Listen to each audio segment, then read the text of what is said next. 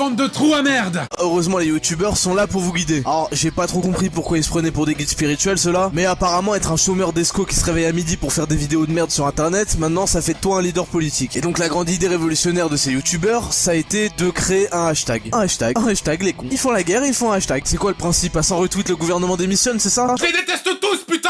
Non mais la prochaine fois faites une image de merde sur Facebook avec écrit like si t'es d'accord. Putain mais paye ta révolution de baltringue. Vous voulez pas faire un free hugs aussi non? Parce que bon, résumons 2 secondes la situation. D'un côté t'as le président, bon il est moche et gros. Oui, mais il a accès à plusieurs ogives nucléaires et il dirige l'armée. Et de l'autre côté t'as des prolos mal coiffés qui essaient d'apparaître dans les tendances Twitter du jour. Non mais attends, comment j'ai dû gagner ma vie moi? Bah je me suis prostitué. Oh. Eh copain, c'est quoi? Ton boulot, y a personne qui en parlera mieux que toi. Alors va sur le réseau social de ton choix, utilise le tag on vaut mieux que ça. Putain mais fils de pute, tu crois que Jules César a défoncé la moitié de l'Europe en faisant le buzz sur Twitter ou quoi? Les politiques ne nous donnent jamais la parole. Faisons-nous entendre grâce au hashtag on vaut mieux que ça. On vaut mieux que ça, on vaut mieux que ça. Putain mais ferme ta gueule toi avec ton anneau sur le nez, tu comptes te faire embaucher où à part dans une chambre vaudou, dans un abattoir?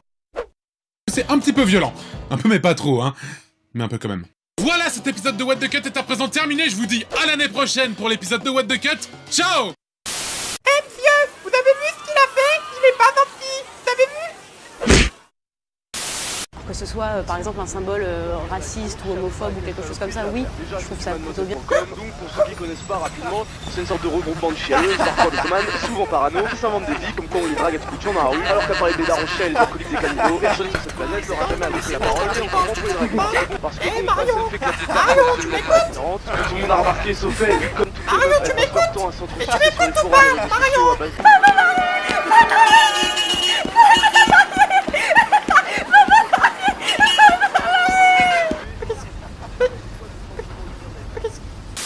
Salut à tous, alors c'est Frédéric Delavier. Alors ce soir je voulais faire une petite vidéo afin de vous expliquer un peu ce qui s'est passé chez Marion Séclin suite à la vidéo du Raptor dissident. Quand quelqu'un se blesse, quand quelqu'un a mal ou quand quelqu'un vient de se faire mettre en position latérale de sécurité, comme Marion Séclin, il se met automatiquement à crier, hein. Il hurle de douleur. Et c'est ce hurlement engendré par une contraction du diaphragme, un tout petit diaphragme en ce qui concerne Marion Séclin, hein, pas bien imposant, qui induit mécaniquement un assèchement des muqueuses. Après avoir vu la vidéo du Raptor dissident, Marion reçoit un véritable choc émotionnel et hormonal. Les muqueuses de Marion, notamment les muqueuses nasales et buccales, voire anales avec une telle tête de cul, étant asséchées, les larmes surgissent immédiatement afin de les réhydrater.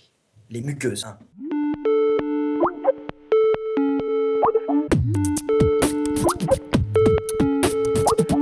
Alors j'ai fait quelques petits dessins pour vous montrer exactement ce qui se passe au niveau des muqueuses de Marion Séclin. Donc là, on voit Marion Séclin dans un contexte tout à fait banal, hein, sans doute en train de parler de son droit à sucer des bites en tant que féministe revendiquée. Hein.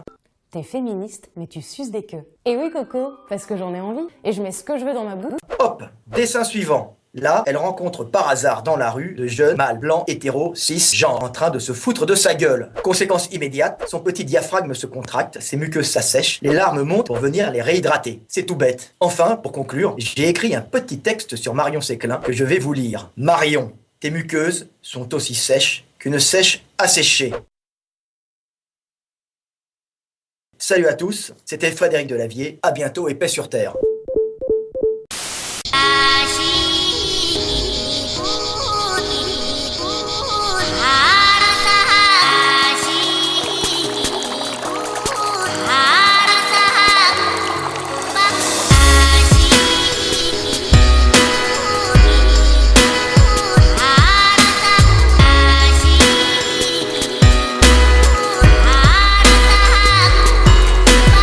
Riche en chlorure de sodium, lipides et enzymes, les larmes de Marion Séclin sont réputées jusqu'au fin fond de ce petit temple de Kyoto.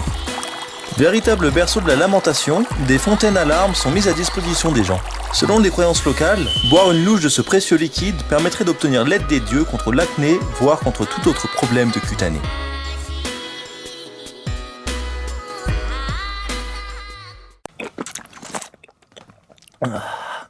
Oh, la petite douceur. Une rumeur circule ces derniers jours comme quoi un raptor traînait dans les parages. Je suis donc parti avec mon pote Fab pour tenter de l'observer. Il paraît qu'il est particulièrement agressif. On va voir ça.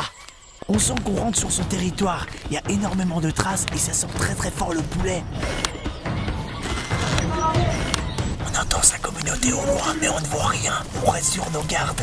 Je suis littéralement en train train de me chier dessus. Putain de merde.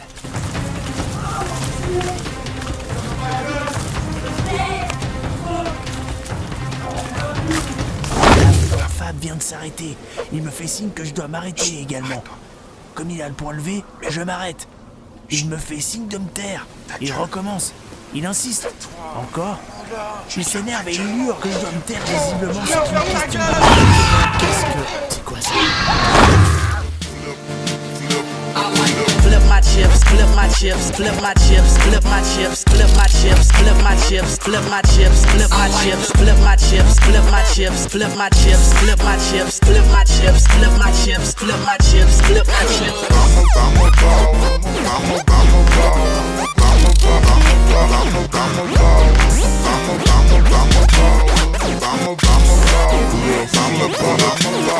I'm a